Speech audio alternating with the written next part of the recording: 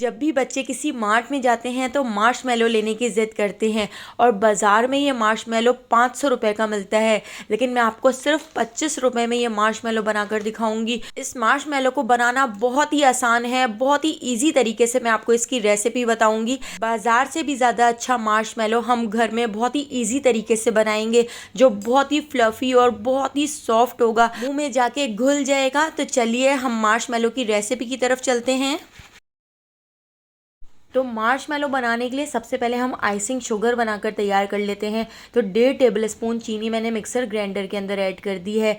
इसके साथ ही अब मैं इसके अंदर ऐड कर देती हूँ 2 टेबल स्पून कॉर्नफ्लोर ऐड करके चीनी और कॉर्नफ्लोर को हम ग्राइंड कर लेते हैं। हम इसको अच्छी तरह से पीस लेते हैं, इसका बिल्कुल बारीक पाउडर बना लेते हैं।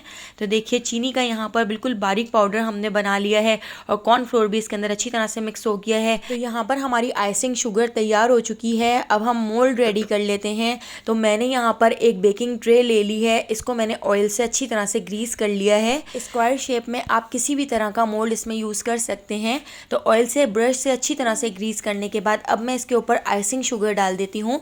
आइसिंग शुगर डालकर मैं इसको बहुत अच्छी तरह से कोट कर लूँगी, ताकि जब हम मार्शमेलो को डीमोल्ड करें तो बहुत ही आसानी से डीमोल्ड हो जाए और चिपके ना। तो अच्छी तरह से मैंने आइसिंग शुगर को इस मोल्ड के अंदर अच्छी तरह से कोट कर लिया है।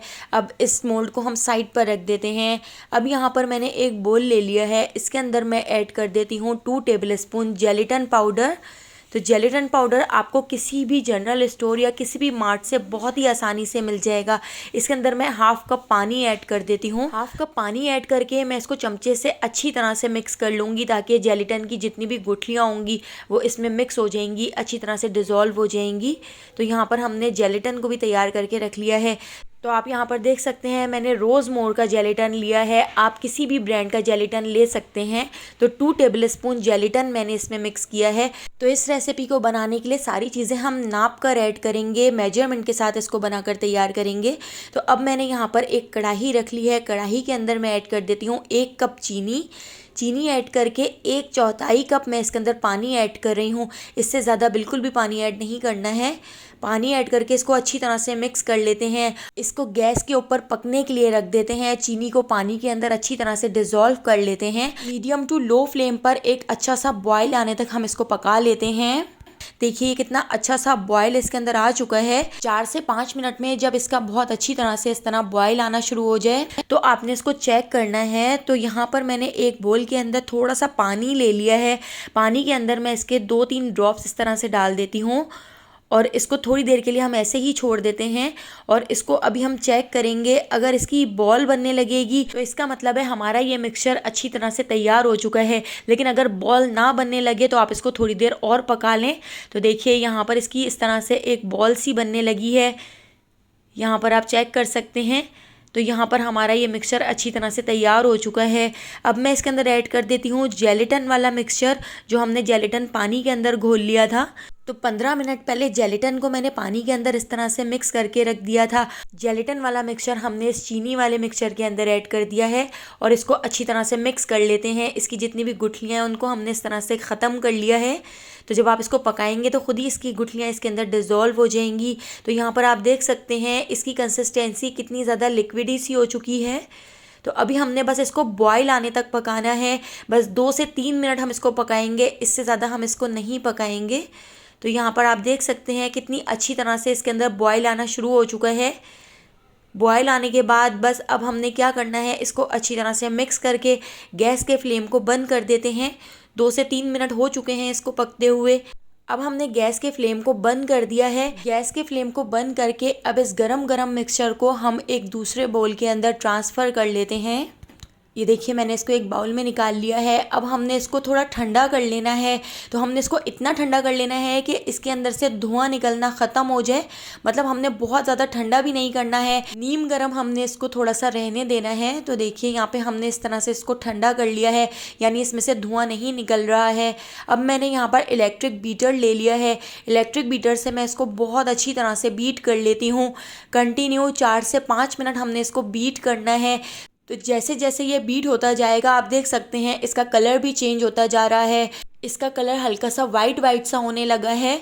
तो हमने इसको 4 से 5 मिनट बीट करना है। अगर आपके पास इलेक्ट्रिक बीटर ना हो तो आप फॉक से या हैंड विस्कर से आप इसको बीट कर सकते हैं, लेकिन आपको बहुत ज़्यादा मेहनत करनी पड़ेगी। लेकिन इलेक्ट्रिक बीटर से 4 से 5 मिनट में ही आप देख सकते हैं इसका कलर बिल्कुल वाइट वाइट सा होने लगा है और इसकी जो कंसिस्टेंसी है वो रिबन टाइप होने लगी है, मतलब थोड़ी सी गाढ़ी हो गई है। तो मैं आपको यहाँ पर चेक कराती हूँ। देखिए हमने इसको इतना बीट कर लिया है कि इसकी कंसिस्टेंसी थोड़ी सी इस तरह थिक सी होने लगी है। अभी आप यहाँ पर देख सकते हैं इसकी कंसिस्टेंसी रिबन की तरह तो हो गई है, रिबन की तरह गिर रहा है, लेकिन हमने इसको थोड़ा सा और थिक करना है। तो अभी मैं इसके अंदर ऐड कर देती हूँ half tea spoon vanilla essence. Vanilla essence add करके हम इसको 1 से 2 मिनट और बीट करेंगे और इसकी कंसिस्टेंसी थोड़ी सी थिक कर लेंगे, थोड़ी सी गाढ़ी सी कंसिस्टेंसी कर लेंगे। तो देखिए इस तरह से मैंने इसको बहुत अच्छी तरह से बीट कर लिया है। अब आप यहाँ पर चेक कर सकते हैं इसकी कंसिस्टेंसी इस तरह की हो गई है। रिबन की तरह तो गिर रहा है, लेकिन थोड़ा सा गाढ़ा होकर गिर रहा है, थोड़ा सा थिक होकर गिर रहा है। तो देखिए बिल्कुल परफेक्ट इसी तरह की कंसिस्टेंसी का हमने मिक्सचर बनाकर तैयार करना है। तो हमें इस मिक्सचर को बनाने में 5 मिनट के करीब लगे हैं। तो यहाँ पर हमारा ये मिक्सचर बहुत अच्छी तरह से तैयार हो चुका है। अब हम इसको मोल्ड के अंदर ट्रांसफ़र कर लेते हैं। तो आधे मिक्सचर को मैंने इस तरह से इस मोल्ड के अंदर ट्रांसफ़र कर लिया है और आधे मिक्सचर को मैंने बोल के अंदर ही छोड़ दिया है। अभी मैं इसको अच्छी तरह से इसके अंदर सेट कर लेती हूँ। मार्शमेलो जैसा कि आपको पता है वाइट और बेबी पिंक कलर का होता है। आधा मिक्सचर मैंने मोल्ड के अंदर ऐड कर दिया है और आधे मिक्सचर के अंदर मैं ऐड कर देती हूँ 2 ड्रॉप्स रेड फूड कलर के। रेड फूड कलर भी आप ऐड कर सकते हैं, वो भी बाद में बेबी पिंक की तरह का हो जाएगा। अगर आपके पास पिंक फूड कलर ना हो तो आप रेड फूड कलर से ही इस तरह से इसको ऐड करके आधे मिनट तक आप इसको और बीट कर लें। तो यहाँ पर हमारा पिंक वाला मिक्सचर भी अच्छी तरह से हमने बीट कर लिया है। अब पिंक वाले मिक्सचर को हम वाइट वाले मिक्सचर के ऊपर डाल देते हैं, अच्छी तरह से इसको पोर कर देते हैं। स्पैचुला से अच्छी तरह से इसको फैला देते हैं। ये काम थोड़ा सा मैसी है, लेकिन आखिर में इसका रिज़ल्ट बहुत ही ज़बरदस्त है। तो यहाँ पर मैं इसको हल्का सा टैप कर लेती हूँ ताकि इसमें जितने भी बबल्स हों वो ख़त्म हो जाएं।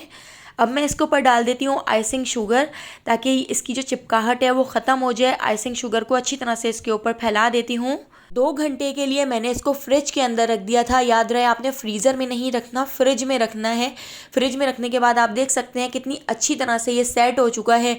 इसके हम साइडों को इस तरह से अलग कर लेते हैं और इसको हम डी मोल्ड कर लेंगे। तो ये बहुत ही आसानी से डी मोल्ड हो जाता है। यहाँ पर आप देखिए कितनी आसानी से मैं इसको डी मोल्ड कर रही हूँ।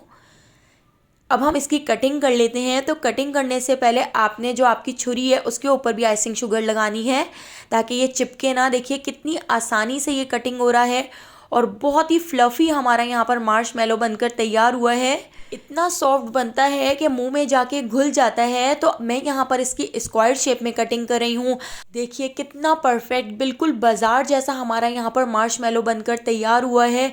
तो इसकी इस तरह से मैंने कटिंग कर ली है। मुझे कमेंट करके ज़रूर बताइएगा कि आपको ये मार्शमेलो बाजार जैसा लग रहा है।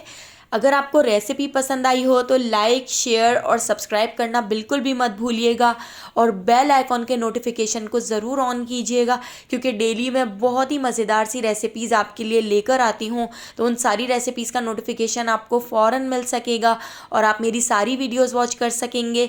तो आने वाली वीडियो तक मुझे दीजिए इजाज़त। अल्लाह हाफ़िज़।